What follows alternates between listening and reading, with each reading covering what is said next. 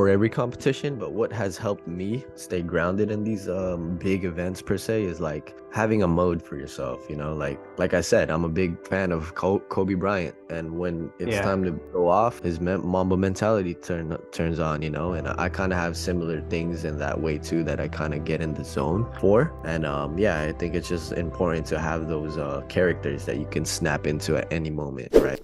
On this episode, we got a real treat that you don't want to miss. Icey Ives. He's from Anchorage, Alaska. And I'm your host, Tony47, and enjoy this episode. Yo, what up? I got one of the dopest B-boys here in the Northwest. He competed in jams in Seattle Sweet 16, Red Bull BC1, 4 Classic B-boys, freestyle session, pro breaking tours, and a whole other category around the field. So, Icey Ives, what's up? How you doing? Yo, what's good, everybody? I'm chilling, man. Thanks for having me, bro. Yeah, for sure. For sure. Glad you're on the show. And, welcome to the show. I'm your host, Tony47. And before we get started, before we kick it off, I want you to know a little bit about me. So I've been breaking for about 17 years, off and on. I won jams, I judged jams, I thrown jams here in Portland, Oregon, but nothing at a high level. So I wanted to invite you to the show to learn about more about you, your expertise, your mindset, and your knowledge. So, bro, tell me, how did you get into breaking? Word up, man. Yeah, I started breaking in '07, and the way I got into it was basically Nice. I went to a local rec center often with my best friend Jermaine, and we would just go there to actually play basketball. And yeah, we would just hang around there. And one day when we were waiting for our rides after we got done playing ball, we would hang out in this room. It was a game room, basically, where you like go in there, you can play like pool. They got like computers in there and whatnot too. So at the time that was like the chill spot for the youth, you know. So that's where we would go to wait for our ride. And Okay. then when we were waiting for our ride one day, there was a group of kids breaking. They were slightly older than us. They were like 2 years older than us. At the time, we were like sixth graders, and these guys were like in middle school. So yeah, they were getting down, and they were cool enough to welcome us into the cipher. And then yeah, ever since I touched the floor, we touched the floor. We just never stopped, and that was kind of like Yeah. the starting point of how everything got sparked into our lives, you know, in terms of breaking. Yeah. Yeah. Dang, that's sick. So, like, how old were you? You said back in '07. How old were you at that age? I was about 12 years old. 12-year-old. Oh, okay, Yeah. cool. I started when I was like 18, and that was back at '06. And so I started a little late bloom, but I didn't get into it until then. So that's sick that you got into at an early age. Cool, Yeah, man. man. When Definitely. did you started like competing, when like going to like competitions and stuff like that? Um, Competing in terms of like locally, my Um, first event was, yeah. oh, locally or just in Locally, general? or when when you just started, like, hey, I did a jam, cool. I mean, I'm assuming your first time was kind of like nervous wrack, because it's always a nerve wrack for it to get on there. But Right. how did you start, like, from the beginning? Like, did you just felt it, you loved it, you gravitate towards that, getting on that spot, throwing down, and make you want to get better, and you want to keep doing it? Like, how did you feel during the from the start till like now, let's say this?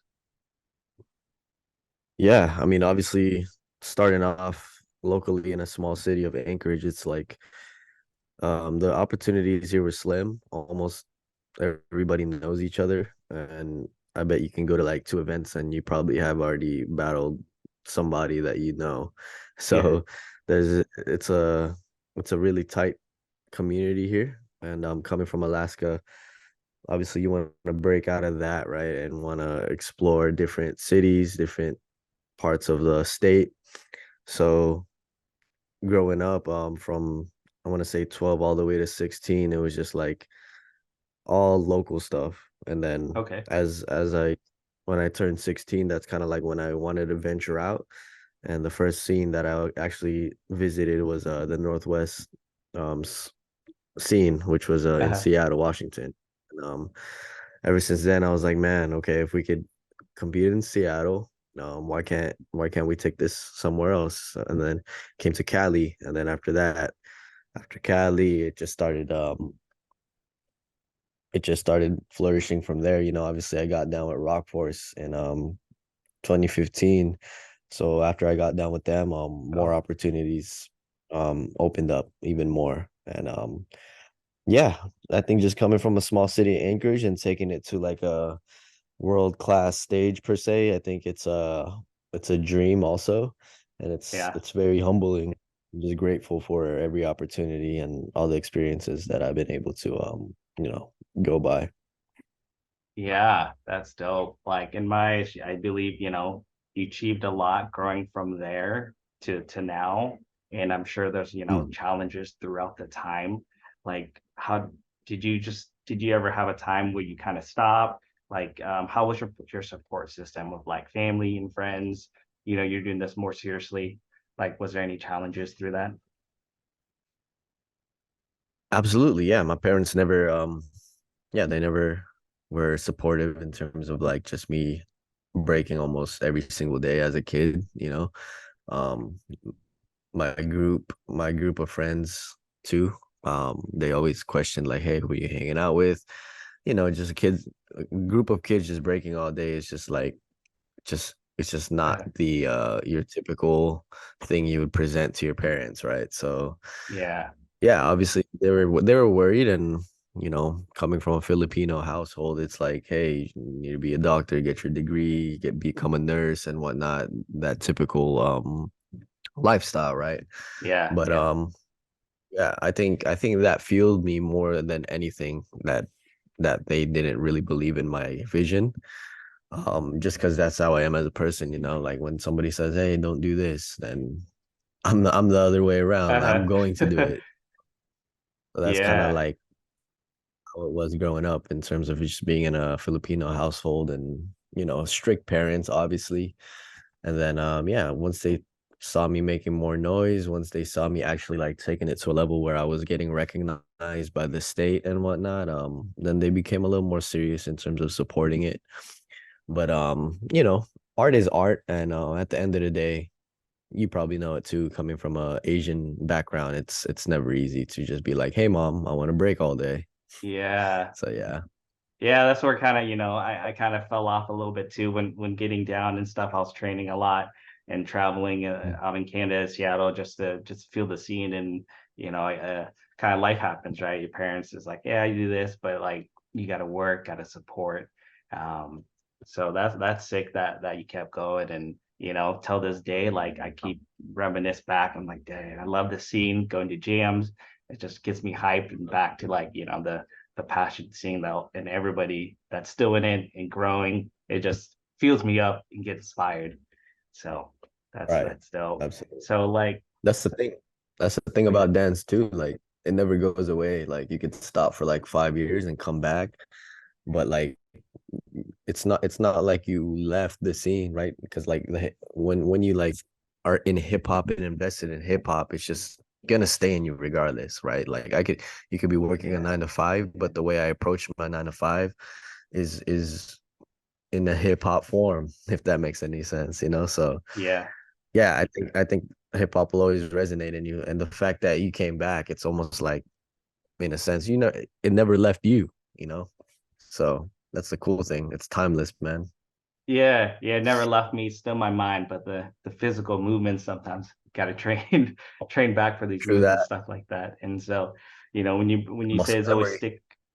Yeah, like at practice, I'll hit up like a local practice and see some old faces. It's like I can't get practice on because I'm almost saying what's up to everybody. And so it's Right. pretty dope. So like during Yeah. your training to get to where you are now, like how how often do you train? Like what do you consider like a good training day or like a bad training day? And then, how do you stay consistent with that? Like does something inspire you and fuel you up to keep doing that? Yeah. So now it's a little different than when I was like in my early 20s. when I was probably I want to say the years of 21 all the way to 25. I Uh-huh. would say that's like the most I've ever trained in my life. Just because I felt like I had to prove something, right? I wanted to establish myself in the community of dance, and yeah, I trained almost every day, and I want to say I put at least like 2 hours and 30 minutes in every day. A rest day for me would be rare. I was even if I was tired and my body was like exhausted, like I would still do Yeah. the bare minimum, right? Um, I would always try to bring my 100%, even if I'm coming in 50% that day, I'm still gonna give my 100% on that 50% gas tank, if that makes any sense. So No, if I'm yeah. tired as hell, I'm Yeah. gonna give you my 100% tired as hell regardless. Even if my tired as hell is not your 100%, you know, I gave what I could that day. And I think for me is it's always just been my mentality that's kind of been my my main anchor, but also could be your worst enemy as well. But for me, it was just Yeah. always making sure that always had that Mamba mentality. I'm a big fan of Kobe and just how he Uh-huh. trained and whatnot. So I kind of try to implement his mentality into breaking when I was a lot, you know, with less injuries. When I was, like I said, early 20s, it was really easy for me to just get up. Hey, let's train. Obviously, like I said, I wanted to just be a full-time b-boy around that time, right? And when I Yeah. say that time, I want to say probably the years of 2017 all the way up to like 2018, 2019, 2020, around that time. Then once obviously COVID hits, and after COVID hits, life hits you a little different. You got to readjust a couple things in your life. So after that, I just, continue to do what I love, obviously. And now, I'm 28 now. It's a little different because I actually own a business now. So with my Yeah. training now, I feel like it's just for me, I do it when I know that my body is in need of it. Like I listen to my body a lot now just because I'm going through like a rotator cuff injury and all Uh, that, just because of the wear and tear of the training in the past that I've done, right? So this goes back to when I was saying, yeah, my mentality was my anchor, but it also could be my worst enemy, just because like I never knew when to stop or when to walk away from it, right? Even when I was hurting, I still did it. yeah. And yeah, but and nowadays it's just like I train at least like 2 to 3 times a week, and when I do train, I try to do what I can in terms of how my body is feeling. I don't try to force myself to doing power when I know that I can't that day, and I think that just comes over time with like your Yeah. maturity within the dance itself, right? Because like when you get injured, you can't like per se do power moves for 20 years plus. Some people do, and it's kind of surprising, and they're blessed for that. But Yeah. the wear Yeah. and tear, unfortunately, like I felt that at a young age, so I had to kind of adjust how I thought about my dance, and I think that's the beauty of dance too, is like skies are the limits, right? And let's say Yeah. you're a powerhead now, and all the injuries start to play a toll on yourself. Then why can't you readjust? Just like in life in general, when things like that happen, we don't give up. We try to find an alternate route for us to continue and still love it the same way. So that's kind of like where I'm at. I'm at with the dance now. Yeah, I love it. That's so sick because like yeah, some days I'm not able to do some power moves or anything, or my body's just I keep flopping or something. So I'm like, hey, I'm gonna stick to like footwork and poses today. And so definitely resonate some of that knowledge for sure. And I think that's sick that you said that because sometimes you don't have the ability to do this. So how are you gonna overcome and have a good practice by just saying, oh, I can't do this, I'm done. But you find another method to to accomplish that day for practice. So sick, Exactly. sick. Yeah. So like one thing when you got to like competing and stuff like that, where you was there like a time you're like, yo, I really want to compete at a high level. I want to hit up this jam and this jam. Or was it just kind of like you just want to hit up jam after jam? Did you have like a mindset of like where did you want it to be, or was it just like I'm hitting up jams and it just grew to how it is now? Yeah, that's a good question. I think for me, I just always wanted to like be a staple in the community of breaking, right? Like for me, I was just a super big nerd of just watching footage, especially when YouTube just came out around 06, 07. That's kind of like when it was getting, brought to the table in terms of just being on the internet all day and watching videos. So Yeah.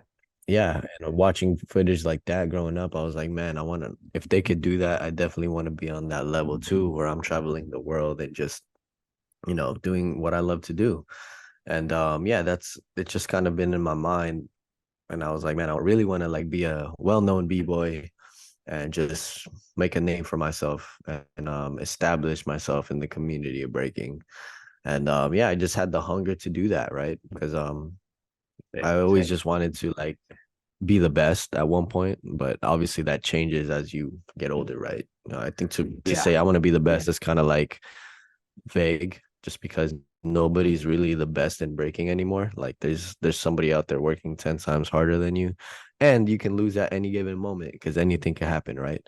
Yeah. Especially with the high level of breaking now, it's just like too crazy to keep up. So Oh yeah, yeah, definitely. You need to yeah, be man. the just be the best of what you can be.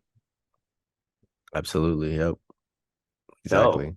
So like during your style, your creativity, your tricks and blow ups, did that just like come to you while you're training and some of the tricks and blow ups and signature moves you do? I think for me growing up, I was a huge fan of like WWE wrestling, right? SmackDown and Uh Raw. yeah, Yeah, yeah. so I would watch that a lot, and just watching people like Rey Mysterio jump off the top rope or like swing his body around the ring. He was a big innovative artist on the ring in the ring, and I was like, yo, that guy's small as heck, but Uh-huh. he's like holding it down against some of these bigger wrestlers that is like they're like two times bigger than him, right? So I was like, yo, that's crazy. And the way he just kind of jumped up and just landed on people, I think that was kind of a big influence on why kind of like my style is like very sporadic and jumpy and explosive at times. And just a lot of like suicide moves as well. Growing up, suicide moves were kind of like my thing where you would just like jump up or like do a crazy twist and just land on your back, right? Yeah, Those things always intrigued me, and I think that came from just the influence of WWE wrestling. So bro. I think Yeah. that definitely played a part in like why my style is the way it is in terms of the signature moves like you mentioned. And yeah, I think it's just mainly that. There's definitely obviously the people I was around Uh-huh. too, my crew was also into like just seeing what new moves we all had. Like when we all met up, we were like, "Oh, what do you have new?" Like we wouldn't directly say it, but it was almost like that. It was a healthy competition between all of us, right? We always wanted to one up Yeah. each other in that sense. So I think that always like drove me to just continue to create regardless. I have this new rule every day now when I go to practice is I have to create at least one new thing, whether it's like Uh-huh. it could be as small as a top rock step. It could be as small as like a hand gesture, you know what I mean? Not necessarily like the biggest move in that aspect, but just like at least flexing my creative mind to the point where I'm like, cool, man, I created something today. And that's all I wanted to do. So yeah, I did it and I could walk away That's after sick. practice satisfied. Yeah. No, that's sick Yeah, because man. that's so dope that you said that. Like I started doing that too in practice. Like, hey, I gotta learn something different and something new that my body, is not used to, right? And like what we do like to do is like, hey, everyone in the crew is like, hey, try this move, or like we'll try flip each other move and stuff like that. And so Right. kind of builds that creativity in our own sense of ability. And so, speaking of crews, and so you're in Rock Force crew. Are you in currently in any other crews? Yeah, I have my local crew here in Alaska. We're called Frozen Flow, and it's actually mainly a all style based crew. So yeah, I Okay. represent that as well. Do you do like Yeah, man. choreo or something with it, or? Like all style battles. And yeah, Frozen Flow is kind of like my little step away from breaking too. So when I'm kind of like out, there's a term, I'm outbreak today. I'm gonna go and do some all styling, and I think that's where Frozen Flow kind of was a big impact into my life because it's mainly like people that are younger than us too. And Yeah. I think having youth is very important just because for me, like I have this saying now too. I'm like, man, I learn a lot from these young kids. I feel like I only learn more when I'm around younger individuals now, right? And Yeah. so I think it's just refreshing just having that young energy around because it kind of drives you too. And you're also like giving back. Yeah. But when you see it like come to life, it's just a huge spark, and you're like, oh man, this is driving me to keep going, keep becoming a better leader, keep becoming a better mentor in some sense. So it's just a whole cycle of seeds that you're continuously planting and just seeing them grow. It's beautiful. And then 10 years, 15 years Yeah. down the line, they're gonna be doing the same thing. You know what I mean? So I think it's kind of like a legacy that we're trying to build here in Anchorage because like we got to pass the torch at some point, right? So I think yeah, Definitely. that's what Frozen Flow is aside from Oh, Rockport's crew. But yeah. yeah, no, that's awesome. I love it because you want to inspire and give value and knowledge to the new generations to keep going at it, and definitely Mhm. it's a great influence to build that as a mentor, as a coach down the road. Hell yeah, I love it, man. So like when you're like in the top, like those big battles, Red Bull freestyle session, um, how was your mindset? Like, was there a time like when you hit like one of the big stages of like, let's for example, Red Bull, like how was your mindset at the time? Were you like super nervous? Were you just like you're ready to like just kill it, ready to, do the best you can?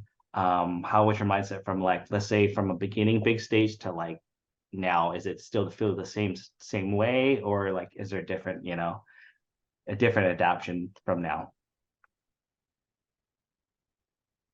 Yeah, this is a tough one just because I feel like entering any competition, you're always gonna have like jitters regardless, right? You're always gonna have that Yeah. sense of being nervous, which is completely normal. And I think it just all depends, honestly. Like for me, I'm a like I'm a vibe kind of person, you know. If I'm feeling the vibe, if I like the atmosphere in the room, and the music is good, the surroundings of the crowd is set up in a way where it's like, oh man, this is feels like a party right now. Like Uh-huh. those are my kind of vibes, and it's just like it's just almost automatic at that point just because we're so just accustomed to like partying, right? For me, like everything has to be a party to me. So that's kind of like what I try to bring to every competition. But obviously, you can't do that at every competition. Some competitions are like on a big stage, the crowd is far away, the lights are super bright. There's like no vibe. The DJ's far. Yeah. Your opponent is far from you. So in those terms, I just do what I can in terms of what I know. And what I mean by that is like, okay, I know how to break, I know how to do a set, I know how to be on beat. So at that point, it kind of turns into more of like a tournament, you know? I think it's just being aware of where you're at and how you can adapt in that moment. And obviously bringing a mindset with you that you're able to always snap into, right? And that's something I'm still learning to this day, you know? And yeah, it's different for every competition, but what has helped me stay grounded in these big events per se is like having a mode for yourself, like I said, I'm a big fan of Kobe Bryant, and when it's Yeah. time to go off, his Mamba mentality turns on, and I kind of have similar things in that way too that I kind of get in the zone for. And yeah, I think it's just important to have those characters that you can snap into at any moment, right? And obviously Yeah. every character is like for different situations, right? Like you can't sometimes you don't have to be so angry. So you could just have fun in that moment and still kill it. Sometimes your anger or your aggression or how you're feeling in that moment could get the best of us. So I think just being as calm as possible and in the moment is key with whatever competition, small or big, because it's always going to be the same. You have to compete, Yeah. and people are going to expect the most high level move possible and for you to make noise. So yeah, I think it's just really just being in the moment and appreciating that moment itself. And yeah, to just go, not overthink it, you know. Once we overthink, that's kind of Yeah. like thing like goes to shit. So sorry, I Right, don't know if right. us, but yeah, Yeah, that's so sick. That's dope. It's unfortunate that I didn't watch like basketball during those eras. I watched it like a while back when like Jordan and Pippen were playing, but when Kobe was playing, I knew of him. But like his Mamba mentality, it's starting to. I've been listening to a lot of inspirational stuff, motivation stuff, and like hearing Kobe Bryant's Mamba mentality. It was like, damn, it's like it's so strong and impactful. And it's unfortunate where he's at now, but it does resonate to others, and so he definitely built a legacy through that. And love it. So, I'm gonna wrap it up here shortly. for Is there sure. any future or anything building up in the horizon that you're working on right now?